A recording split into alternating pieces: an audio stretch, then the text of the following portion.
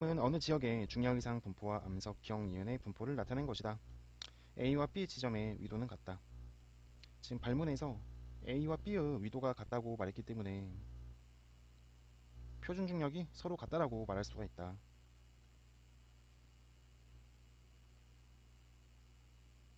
단, 기억, 니은 이외의 지하 조건은 동일하다. 암석, 기억과 니은의 밀도 차이를 제외한 나머지들은 싹 다 동일한 조건이라는 거. 아울러서 이제 A 지점에서의 중력 이상은 마이너스, B 지점에서의 중력 이상은 플러스.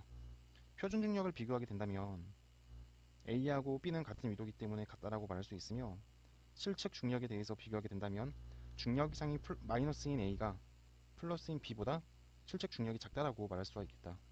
기억. 표준 중력은 A와 B에서 같다. 니은. A에서 실측 중력은 표준 중력보다 작습니다. 디귿. 밀도는 기억이 니은보다 작다가 되겠죠. 자, 그렇기 때문에 정답은 기억이다. 그림 가나다는 북반구 어느 지역의 전자기력, 평각, 복각 분포를 나타낸 것이다.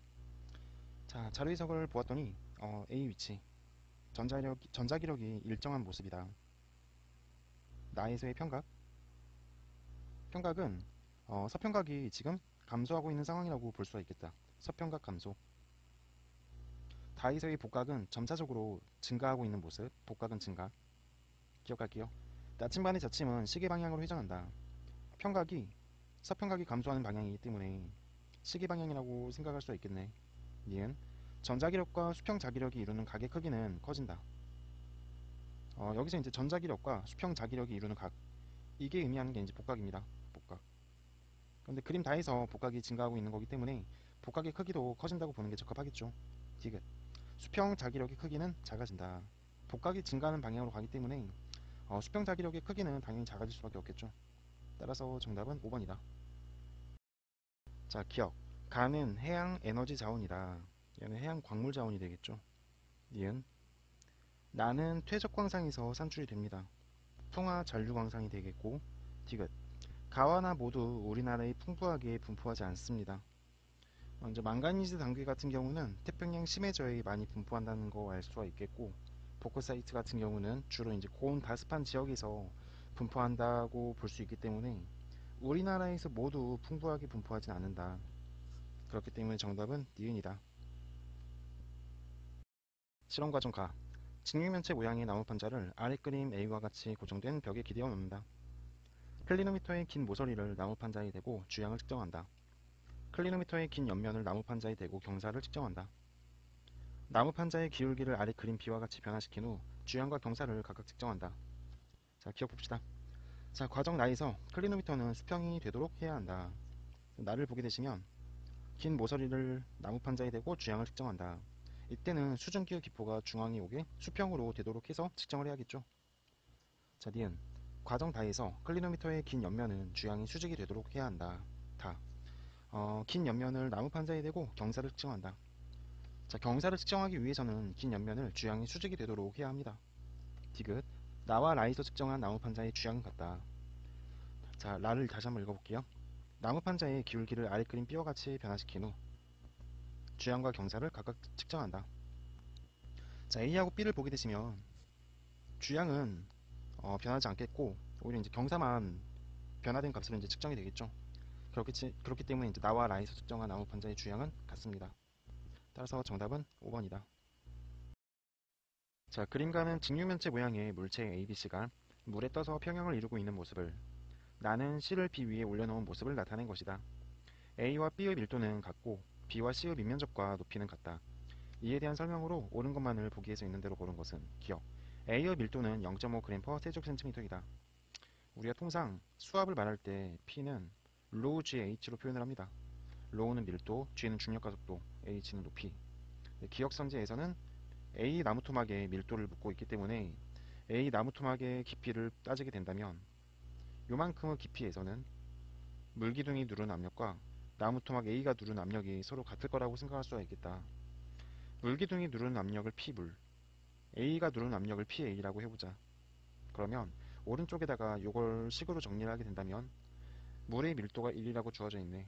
그러면 P물과 PA에 대해서 정리를 한다면 물의 밀도 1 곱하기 중력가속도치 곱하기 높이 h는 로우 a 중력가속도치 EH로 표현할 수 있겠고, 중력가속도 G는 물이나 나무 토막에서나 동일하게 작용하기 때문에 지워버리므로 로우 A는 0.5라고 말할 수가 있겠다. 자, 그렇기 때문에 A의 밀도는 0.5가 맞는 거가 되겠고, 니은 가에서 AP의 수면 아래에 잠긴 부분의 깊이가 다른 현상은 플랫설로 설명할 수가 없습니다. 이 플랫이란 말 자체가 평평하다는 걸 의미를 해요. 그 말 자체가 의미하는 게 모호면의 깊이가 같아야 돼요.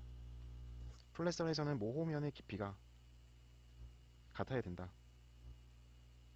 단순히 그냥 눈으로 보더라도 A가 잠긴 깊이하고 B가 잠긴 깊이가 차이가 난다. 즉 모호면의 깊이가 다른 거기 때문에 니은은 확실하게 틀린 거가 되겠고, 디귿 나에서 C를 B 위에 올려놓은 후 평형을 이루었을 때 수면으로부터 C의 윗면까지의 높이는 H보다 크다. 일단 우리가 A 나무 토막의 밀도를 0.5라고 구했습니다. 근데 발문에서 A와 B의 밀도가 같다고 했기 때문에 B의 밀도도 0.5가 되겠고, 자, 그럼에도 불구하고 높이가 똑같은 C 나무 토막은 B보다는 덜 가라앉았죠. 덜 가라앉았죠. 덜 가라앉았다는 이유는 뭐냐? 밀도가 0.5보다 작기 때문에 덜 가라앉는 거가 되겠죠. 그럼 다시 나그림으로 돌아와가지고 C 나무 토막을 B 위에 올립니다. 그러면 이게 가라앉을 지연정 A보다는 깊게 가라앉지 않을 거라고요. 그랬을 때 B하고 C의 나무 토막을 더한 거를 한 요 정도라고 생각해 볼 수 있겠다. 적어도 A보단 덜 가라앉아야 되기 때문에 이 나무 토막 두 개의 나무 토막의 높이가 H였기 때문에 여기도 H만큼의 높이가 되겠고, 여기도 H만큼의 높이가 될 거야. 자, 그럼 다시 디귿으로 와가지고 수면으로부터 C의 윗면까지의 높이는 H보다 크냐고 물었는데, 일단 수면에서부터 수면이 여기이기 때문에 여기가 수면이니까 저도 수면 위쪽은 H 플러스 H보다 높다는 걸 생각해 볼 수 있지 않을까. 요거는 H보다 더 큰 높이가 되겠죠. 자, 그렇기 때문에 C의 윗면까지의 높이는 H보다 크다는 맞는 말이 되겠다. 따라서 정답은 기억 디귿. 또 다른 지층 ABC의 분포를 표는 변성함 기억과 대리함의 특징을 나타낸 것이다. 자, 그림을 먼저 보았더니 A는 뭐 조선 노층군 정도 되는 범위가 되겠고, C는 포항분지, B는 경상 노층군이 되겠죠. 그리고 변성함 기억에 대한 특징이 셰일이 접촉 변성 작용을 받아 형성된 암석, 홈펠스가 되겠습니다. 홈펠스에서 나타나는 치밀한 조직이 홈펠스 조직이 되겠고요. 자, 대리함, 니은이 변성 작용을 받아 형성된 암석이며 석회암이 되겠죠. 자, 기억, B는 경상 노층군, 경상 노층군에서는 홈펠스가 발견이 된다. 맞죠? 불국사 변동 때 관입한 화강암, 그때 발생한 접촉 변성 작용에 의해서 홈펠스가 만들어졌고, 니은은 그러니까 석회암은 B 경상 노층군보다 A 조선 노층군에 많이 분포한다. 요 강원도 지역에는 싹 다 이제 석회암지대입니다. 해성층으로.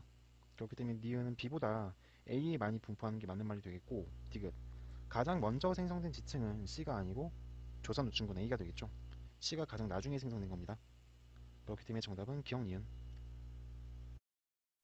그림은 어느 천해파가 진행하는 해역을 나타낸 것이다. A와 B 지점에서 이 해파의 속력은 각각 VA, VB이다. 발문에서 천해파라는 거 알려주고 있고, A에서 VA, B에서 VB. 일단 천해파라고 말하는 거는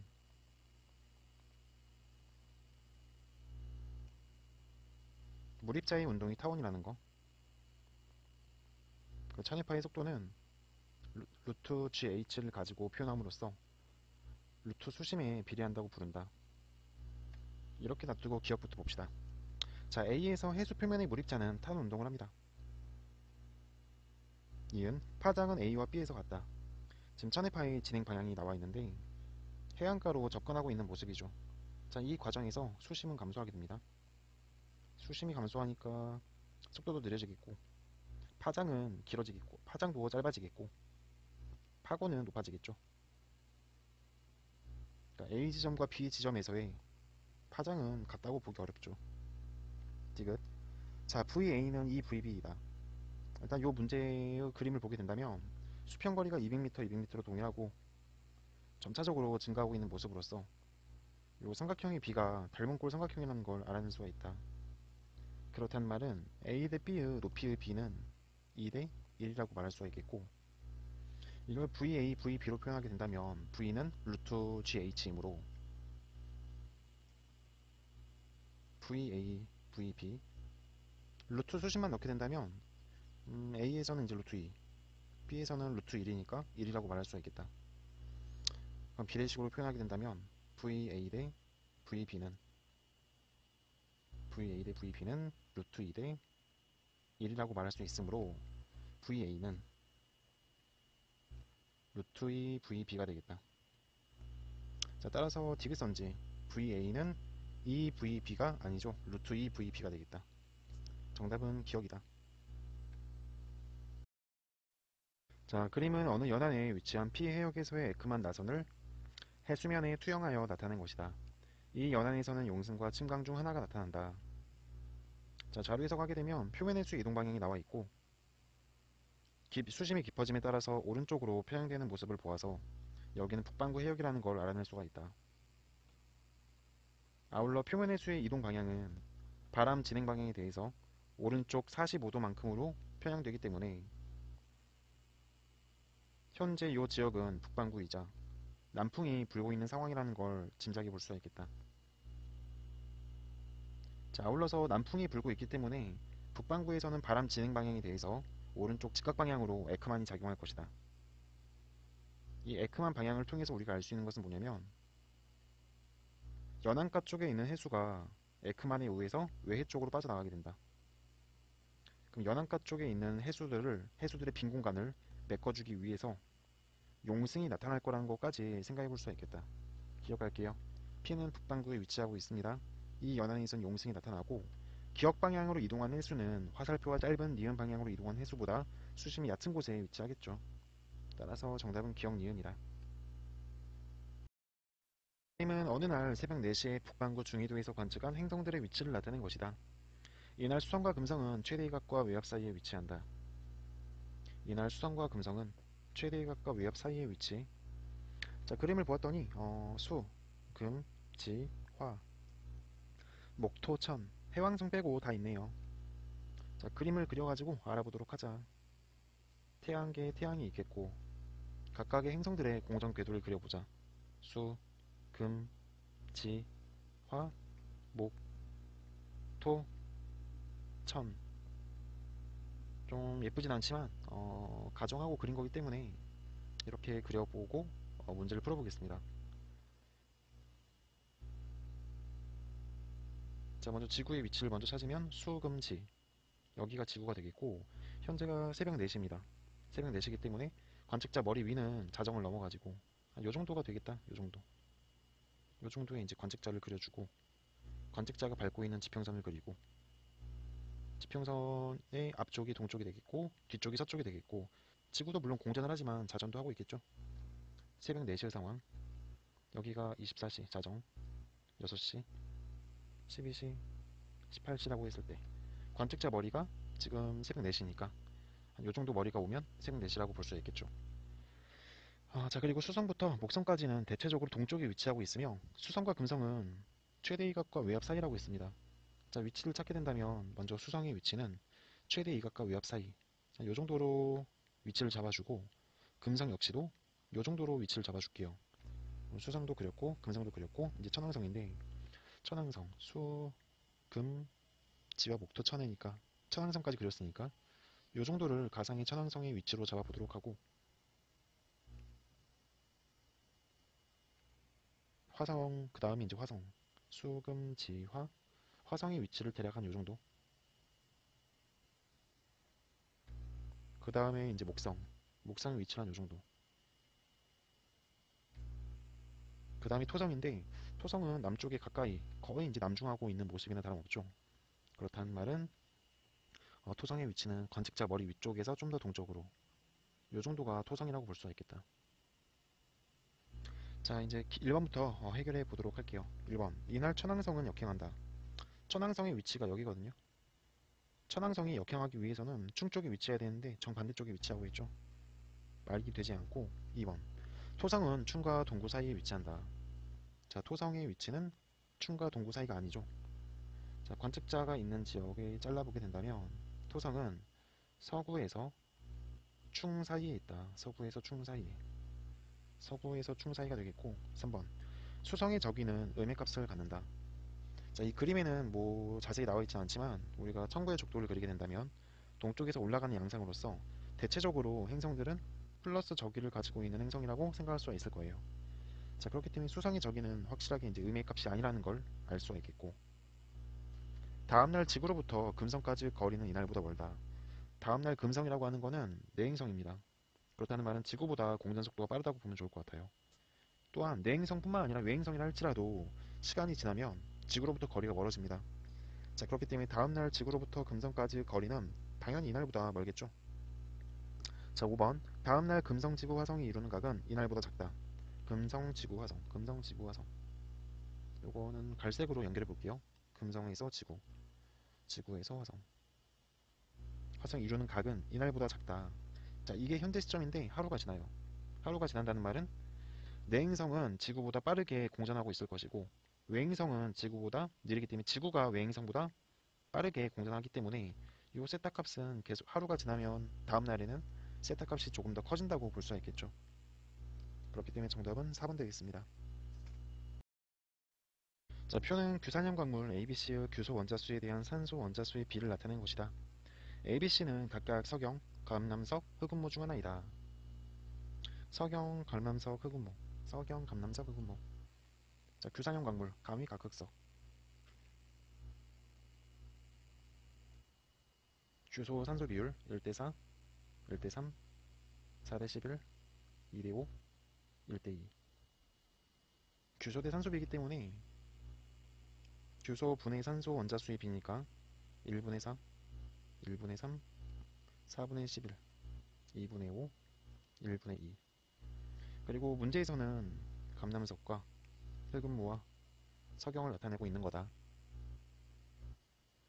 그러면 A가 감남석이 되겠고 B가 흑음모, C가 석영이 되겠다. 기억할게요. A는 감남석이다. 니은. B는 무색 광물이 아닌 유색 광물입니다. 흑음모. A와 C는 모두 깨짐이 나타나죠. 정답은 기억되겠습니다. 그림은 어느 지역에서 하루 동안 관측한 높이에 따른 기온 변화를 나타낸 것이다. 이에 대한 설명으로 옳은 것만을 보기에서 있는 대로 고른 것은 기억. 자, T1일 때 높이 0에서 0.5km에는 역전층이 존재한다. 자, T1일 때 0에서 0.5km. 자, 높이 올라감에 따라서 6, 8, 10, 12, 14, 15. 온도가 계속해서 올라가고 있죠. 뭐 그림으로 보게 된다면 높이에 따른 온도 변화가 이렇게 이제 올라가고 있는 모습이다. 역전층이 존재하고 있고요. 니은. 자, 높이 1에서 2km에서 기온 감률은 T1일 때가 T2일 때보다 크다. 1에서 2km. 자, 1에서 2km. 1에서 2km. T1하고 T2. T1하고 T2. 자, 온도 체크하게 된다면 여기는 뭐 대략적으로 13도 정도. 여기는 대략 7도 정도. 여기는 뭐 2도. 여기는 5도. 그러면 기온 감률이 T1일 때는 6도.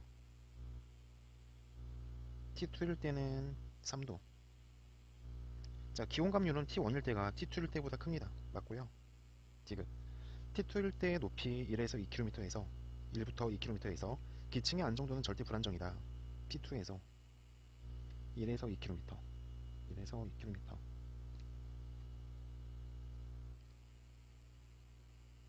기층의 안정도를 묻고 있는데 다시 이제 기온을 체크한다면 1km 구간에서는 온도가 약 5도, 2km에서는 온도가 약 2도씨. 그러면 1km당 3도씨 정도의 이제 기온 감률을 보이고 있는 모습. 자, 통상 우리가 이제 건조 단열 감률을 따라 올라가게 된다면 온도가 10도만큼 감소해야 되고, 수변 단열 감률로 이제 따라 올라가게 된다면 온도가 이제 5도씨만큼 감소를 해야 되는데, 지금 보고 있는 이 그림에서는 3도만큼의 기온 감률을 보이고 있기 때문에 기층의 안정도는 절대 안정이라고 보는 게 적합하겠죠. 자, 그렇기 때문에 정답은 기억 니은 되겠습니다.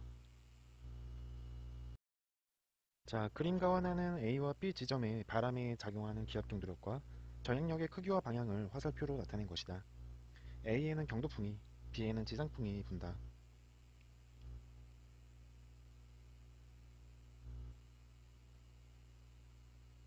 자, 가그림을 보게 되시면 전향력과 기압 경도력의 방향이 나와 있다.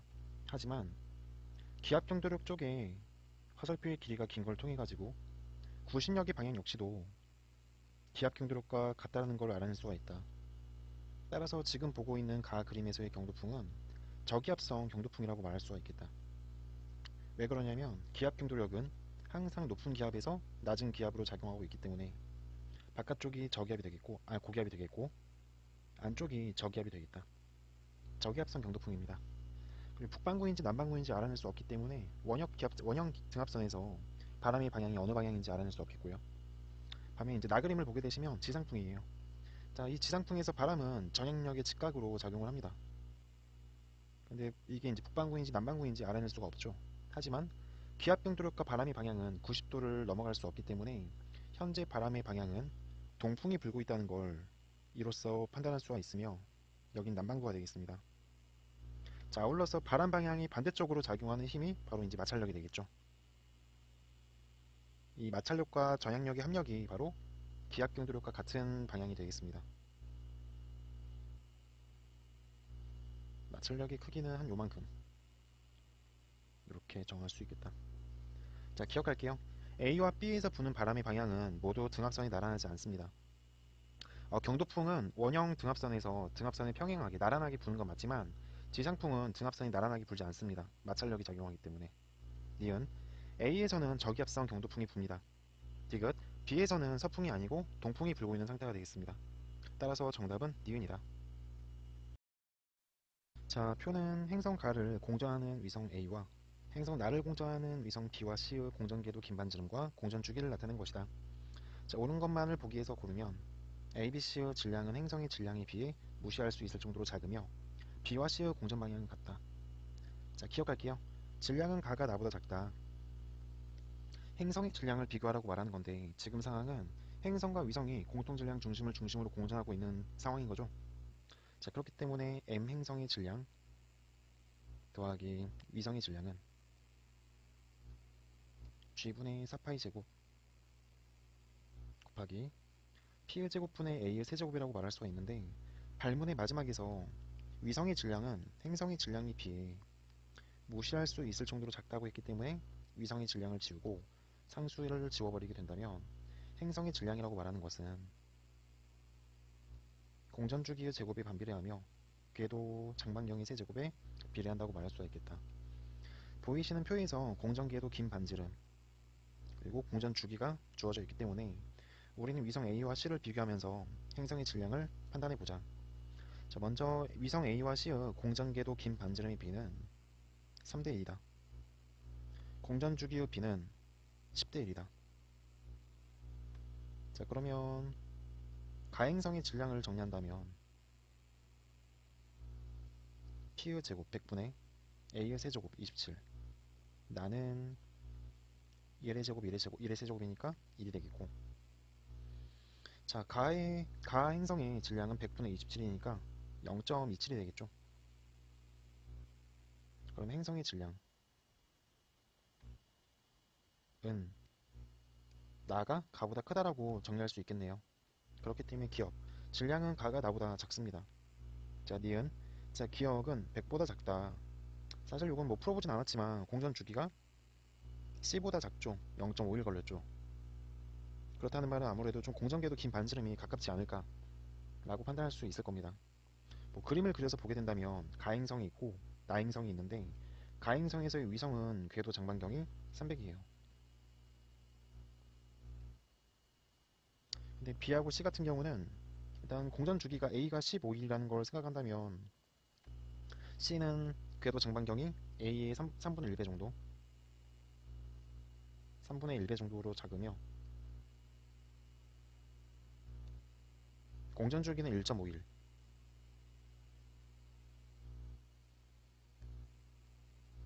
그러면 당연히 이제 B 위성은 C 위성보다는 가까이 있어야지만 공전 주기가 0.5일이 나오겠죠.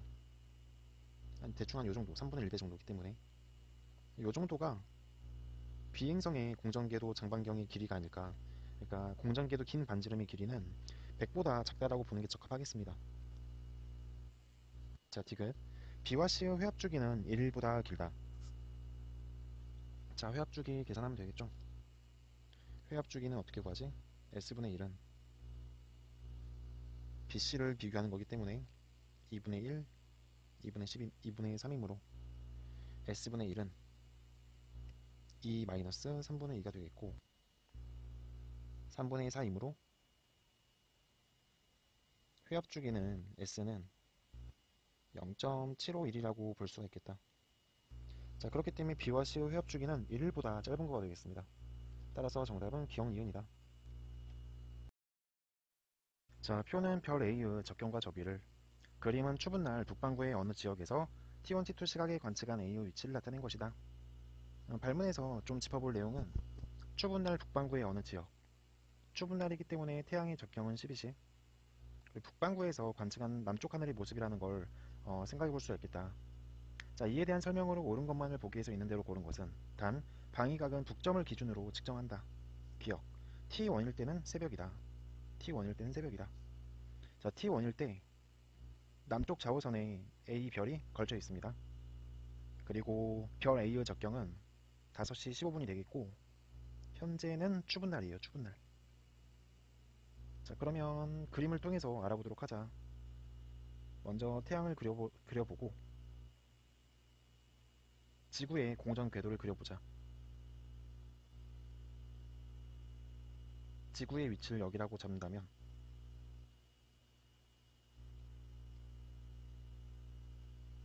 이날은 추운 날이기 때문에 태양의 적경이 12시입니다.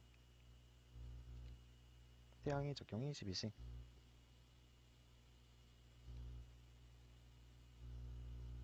자, 적경이 5시 15분이죠. 5시 15분. 그리고 T1일 때 A의 위치는 남쪽 좌우선에 걸쳐 있습니다. 다른 말로 하면 관측자 머리 바로 위쪽이 A별의 위치라고 볼 수가 있겠죠. 그러면 5시 15분일 때의 관측자의 위치는 대략적으로 이렇게 그려볼 수가 있겠네. 이렇게. 적경이 5시 15분. T1일 때의 위치이기 때문에 이쪽이 별 A가 있을 거라고 생각하실 수가 있겠습니다. 자, 그러면 5시 15분은 아직 태양이 뜨기 직전이기 때문에 새벽녘이라고 보는 게 적합하겠네요. 자, 그렇기 때문에 기억, T1일 때는 새벽이 맞습니다. 자, 니은 T2일 때 A의 방위각은 270도이다. T1일 때의 위치가 남중한 위치고 T2일 때의 위치가 여기네요. 여기는 지금 북반구에서 관측한 남쪽 하늘의 모습이기 때문에 A라는 별의 일주운동의 경로를 그리게 된다면 이런 식으로 그릴 수가 있겠습니다. 이런 식으로 일주운동의 경로를 그릴 수 있겠다. 자, 아울러서 지금 적 위가 마이너스 8도죠. 천구의 적도를 기준으로 8도만큼 내려와 있다는 말이야. 자, 그렇다는 말은 천구의 적도를 그린다면 천구의 적도를 이렇게 그릴 수가 있겠다. 천구의 적도가 내려간 이 지점, 여기가 서점이 되겠고 서점은 방위각이 270도가 되는 지점입니다. 북점을 기준으로 해가지고. 그런데 T2일 때 A의 방위각은 270도 있다라고 말했기 때문에 남서쪽에 걸쳤기 때문에 얼마인지 모르겠으나 T2일 때의 방위각은 270도보다는 작다라는 걸 알 수가 있겠습니다. 따라서 니은 선지는 틀린 선지가 되겠고 이 지역의 위도는 27도이다. 북이 27도이다. 일단 기본적으로 남점에서부터 여기 천구의 적도까지는 90 위도를 가지고 구할 수가 있어요. 90 위도. 그런데 지금 저기가 마이너스 8도이기 때문에 A 전체의 고도에서 8도만큼을 더 더해줘야겠죠. 자, 그렇다는 말은 90 위도를 했을 때 55 더하기 8은 63도. 63도이기 때문에 세타 값은 27도가 되겠네요. 27도. 북이 27도이다. 그렇기 때문에 디귿선지는 맞는 말이 되겠습니다. 따라서 정답은 기억 디귿이다. 자, 그림은 가와 나 지역의 높이에 따른 기온 분포와 각 지역의 지표에서 30도씨로 가열된 공기덩어리 A, B가 단열 상승했을 때의 상승 연결고도를 나타낸 것이다. 자, 옳은 것만을 골라보겠습니다. 일단 지표에서의 기온이 30도씨라는 거, 건조 단일 감률은 킬로미터당 1km당 10도씨만큼, 수변 단일 감률은 1km당 5도씨만큼. 아래쪽에 다 나와 있죠. 자, 그럼 기억. 가에서 높이 1에서 2km에서의 기온 감률은 수변 단일 감률보다 크다. 자, 1에서 2km래요. 여기에서의 기온 감률을 보게 된다면 기온 감률이 1km에서는 대략 17도씨, 2km에서는 대략 15도씨. 기온 감률은 2도씨 per 1km라고 말할 수 있기 때문에 수변 단열 감률보다 훨씬 더 작다라고 볼 수가 있겠다. 그렇기 때문에 기억 선지는 틀린 선지가 되겠고, 이은 지표에서 A의 이슬점은 22도씨이다. 뭐 이슬점 온도 구하는 거는 상승 응결고도 구하는 걸 통해 가지고 우리가 알아낼 수가 있겠죠. 지표에서 각각 30도씩, 그리고 가에서의 상승 응결고도는 1km, 나에서의 상승 응결고도는 2km. 우리가 상승 응결고도를 H라고 표현하죠. 상승 응결고도 H는 125, 기온 마이너스 이슬점 온도. 그렇기 때문에 기온에서 이슬점 온도를 뺀 값이 8이면 상승 응결고도가 1km, 16이면 2km라고 말할 수가 있겠죠. 그러면 불포화 상태의 A, B 공기를 건조 단위를 상승시켜가지고 그려보겠습니다. 그러면 1km까지 30도씨니까 10도씩 떨어져야 되니까 20도씨까지 이렇게 기온이 감소하겠고, 여기서부터가 이제 수변 단위 감률을 따라가지고 5도씩 감소하는 양상을 보이게 될 거다. 반면 이제 나그림에서의 지표에서의 기온이 30도씨이고 상승 응결고도가 2km이므로 건조 단열을 시켜가지고 2km까지 20도씩 내리면 되겠죠. 30도에서 20도까지 20도를 빼면 10도씨까지 내려가겠고, 여기서부터는 다시 수변 단열 감률을 따라가지고 이렇게 올라갈 거다. 자, 이슬점 온도를 구해보자. 가에서는 상승 응결고도가 1km이기 때문에 기온 마이너스 이슬점 온도의 차이가 8도씨가 돼요. 8도씨가 나와야 돼요. 그러면 22도가 가에서의 이슬점, 지표에서의 이슬점 온도라고 볼 수가 있겠고, 나에서의 이슬점 온도는 2km가 상승 응결고도이기 때문에 16도만큼을 빼주면 14도가 이슬점 온도가 되겠습니다. 이렇게, 이렇게.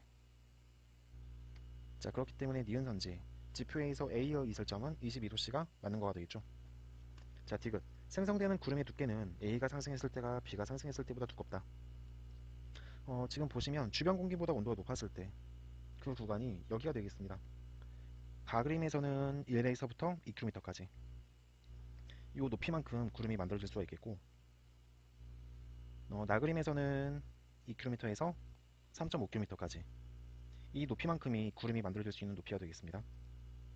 그러면 구름이 만들어질 수 있는 높이는 나가 가보다 높다라고 말할 수가 있겠죠. 따라서 생성되는 구름의 두께는 A가 상승했을 때가 B가 상승했을 때보다 얇습니다. 따라서 정답은 니은이다. 자, 그림가는 어느 은하의 회전속도 곡선과 은하 원반에 위치한 별 AB의 회전속도를 나는 AB의 위치를 나타낸 것이다. 기억. 이 은하의 질량은 대부분 은하 중심부에 집중되어 있다. 틀렸죠.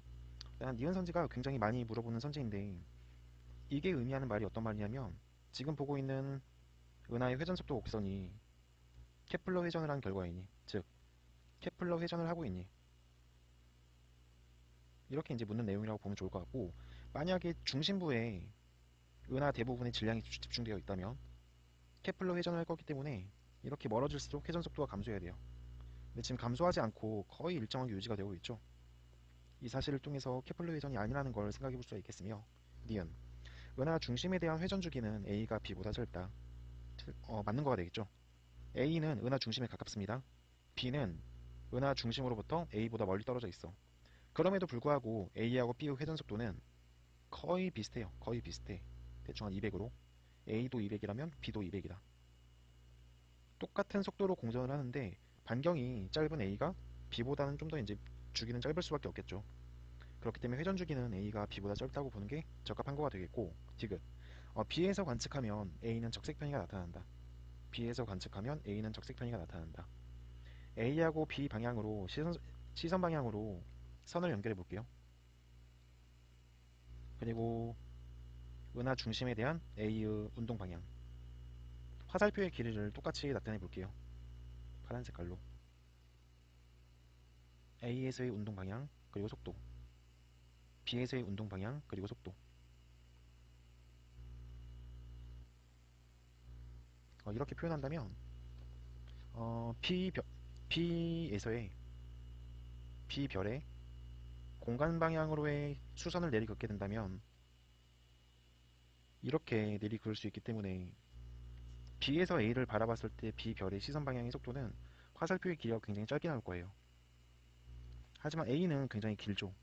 그렇기 때문에 같은 방향으로 이동한다고 생각을 했을 때 A는 더 빠르게 멀어져 가는 거기 때문에 A는 적색 편의가 나타난다고 볼 수가 있겠죠.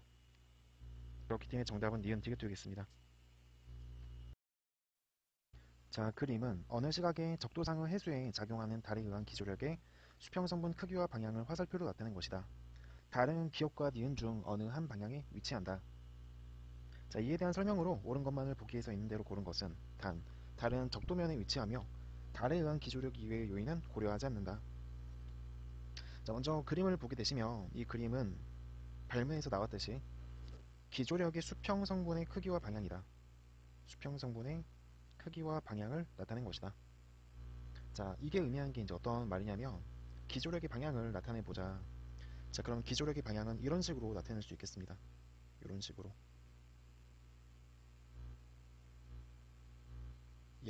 나타낼 수 있는데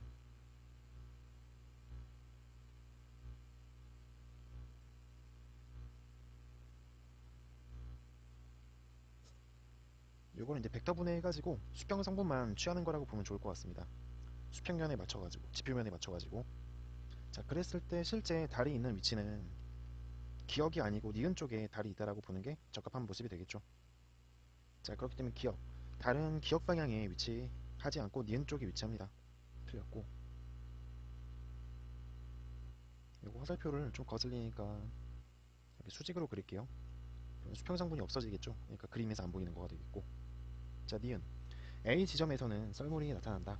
A 지점의 위치가 여기 자전 방향이 이렇게 나와 있어요. 그러면 A 지점이라고 말하는 것은 만조를 거쳐가지고 간조로 이제 가는 상황이라고 보는 게 적합하겠습니다. 달이 있는 쪽이 여기이기 때문에 실제 해수면의 높이를 계략적으로 오버해서 그리게 된다면 이런 식으로 그릴 수 있는 거가 되겠고 A는 이미 만조를 겪은 다음에 간조로 가고 있는 상황이다. 즉 만조에서 간조로 가는 과정에서 물이 빠져야 되기 때문에 썰물이 나타난다고 볼 수가 있겠으며 지금 A 지점의 해수면의 높이는 12시간 후가 현재보다 높다. 해수면의 높이가 12시간 뒤에 어쩌냐는 건데 이것도 쉽게 생각했을 때 달하고 가까운 위치가 해수면의 높이가 높을 수밖에 없습니다. 자, 그렇다는 말은 현재 A의 위치가 여기야. 12시간이 지났다면 자전해가지고 지구 반대쪽으로 올 거야. 현재 달이 있는 위치가 이 정도 됩니다. 하루에 약 1도만큼 달은 공전을 하죠. 12시간만큼 지난다 할지라도 약간 좀 오버해가지고 달의 위치를 그리게 된다면 요만큼이라고 말할 수가 있겠다. 맞나요? 자, 이랬을 때 12시간 전에 달과 지구의 위치 현재라고 표현할게요. 그냥 현재라고. 현재 현재 A 지점과 달의 위치 A 지점과 달의 위치 A 지점과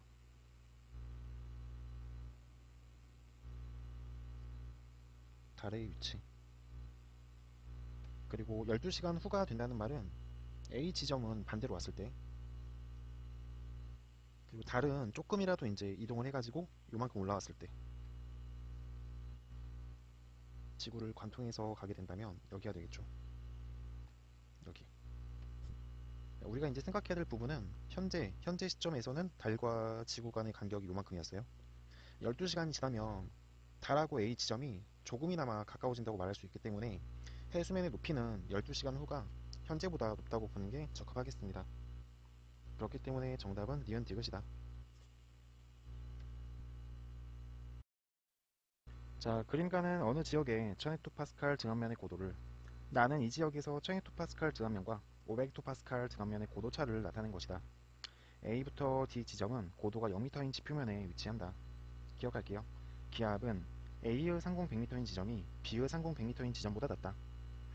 자, 먼저 가그림을 보게 된다면 1000헥토파스칼 증압면의 고도를 나타낸 그림인데 A에서는 100m, B에서는 150m입니다. 그런데 똑같이 100m에서의 기압을 비교하라고 했기 때문에 이걸 그림으로 나타낸다면 이렇게 나타낼 수가 있겠다. 가그림에서 A는 100m,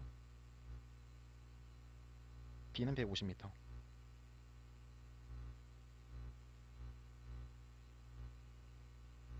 A는 100m 올라갔을 때 1000헥토파스칼이 된다는 말이고 B는 150m 올라갔을 때 1000헥토파스칼이 된다는 말이에요.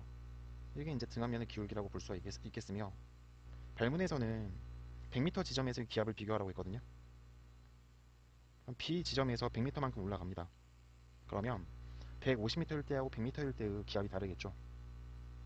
간단하게 생각하면 150m일 때 누르는 공기 압력과 100m일 때 누르는 공기 압력을 생각하자면 당연히 100m를 누르는 공기 압력이 훨씬 크기 때문에 A에서의 100m일 때 1000이라면 1000헥토파스칼이라면 B에서는 1000보다 클 수밖에 없겠죠. 1000보다 커야 된다. 자, 그러므로 기억선지 A 상공 100m인 지점이 B 상공 100m인 지점보다 낮습니다. 맞는 말이 되겠고 니은 500헥토파스칼 등압면의 고도는 B보다 D에서 낮다. 500헥토파스칼 등압면의 고도를 묻고 있네요. 자, 일단 B하고 D에 대한 내용이기 때문에 BD를 먼저 찾아볼게요. 자, 가그림에서 B가 150m, D가 50m. 똑같이 그림으로 그려보자. 그러면 이렇게 나타낼 수 있겠다. 우리가 비교하는 것은 B하고 D. B가 150m, D가 50m.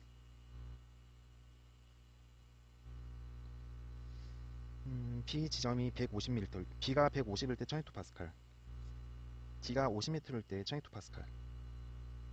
이게 1000헥토파스칼의 등압면의 기울기가 되겠고, 이제 나그림을 보게 된다면 B의 위치에서의 등압면의 고도 차이는 5200m, D에서는 5500m입니다. 지금 묻고 있는 말이 뭐냐면 500헥토파스칼 등압면의 고도를 묻고 있는 거죠. 자, 그러면 B는 이렇게 구하면 되겠다. B의 고도는 500헥토파스칼 등압면의 고도는 1000헥토파스칼까지 고도가 150이거든요. 150m에다가 그 위쪽으로 5200m만큼을 더해주면 되겠죠.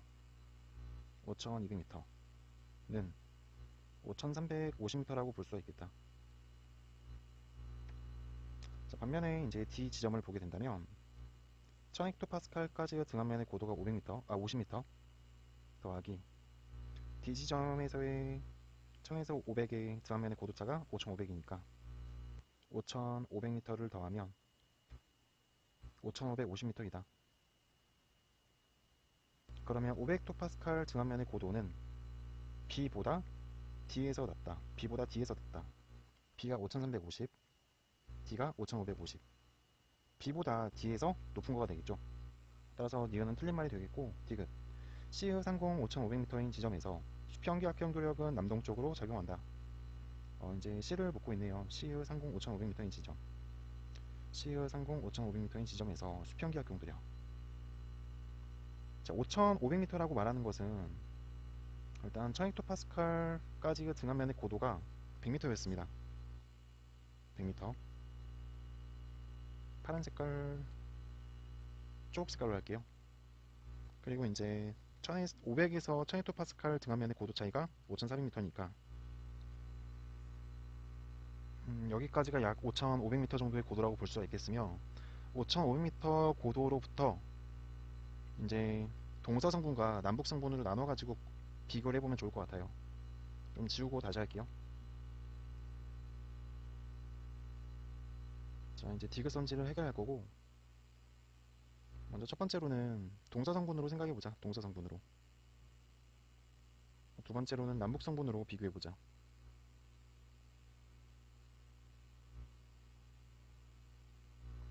간단하게 생각해서 나그림에서 5400, 가그림에서 100.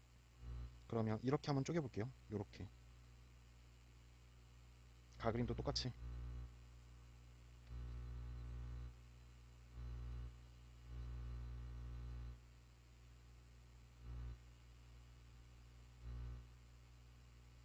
이렇게 쪼개보고 각각의 높이를 생각해 보도록 하자. 먼저 동사성분을 보도록 할게요. 가그림에서는 50에서 100m 사이가 대략 한 75m가 되겠고 여기 75m, 나그림에서는 똑같이 5400m, 여기도 5400m, 여기는 125m, 125m, 그러면 동쪽 성분으로 보게 된다면 동쪽은 5400 더하기 125, 1400 더하기 125, 서쪽은 5400m 더하기 75m. 그러면 고도는 동쪽이 좀 더 높다라고 볼 수가 있겠다. 좀 기울기를 생각하게 된다면 동쪽에서 서쪽으로 기울어져 있는 모습, 동쪽에서 서쪽으로 기울어져 있는 모습, 이렇게 이제 동사 성분을 나타낼 수 있겠고, 남북 성분에 대해서 생각을 한다면, 자, 가그림에서는 똑같이 100m, 똑같이 100m, 나그림에서는 남쪽 성분이 5500m, 그리고 위쪽 부근은 5300m. 똑같이 더해 볼게요. 100m에다가 5300m를 더하고, 100m에다가 5500m를 더하고, 5500을 더하는 게 남쪽 성분이고, 5300을 더하는 게 북쪽 성분입니다. 자, 그럼 북쪽 성분은 5400m가 되겠고, 남쪽 성분은 5600m가 되기 때문에 남쪽에서 북쪽으로 기울어져 있는 모습이 되겠죠. 이게 이제 남북 방향의 기울기라고 보면 되겠다. 자, 그러면 수평 기압경도력의 방향을 묻고 있는 거기 때문에 기울기를 보게 된다면 동서 성분에서는 서쪽으로, 서쪽으로, 그리고 남북 성분에서는 북쪽으로. 자, 따라서 북쪽과 서쪽으로 작용한다라고 볼 수가 있겠네요. 그렇기 때문에 시의상공 5500m인 지점에서 수평 기압경도력은 남동쪽이 아니고 북서쪽이 되겠습니다. 따라서 정답은 기역이다.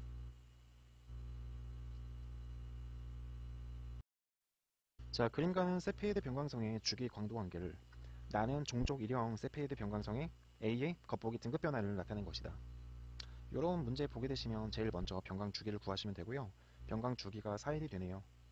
그럼 주기 광도 그래프에서 4일에 해당하는 값을 그대로 읽게 된다면 종족 일형 세페이드 변광성의 절대 등급은 마이너스 2등급, 종족 이형 세페이드 변광성의 절대 등급은 마이너스 0.5등급.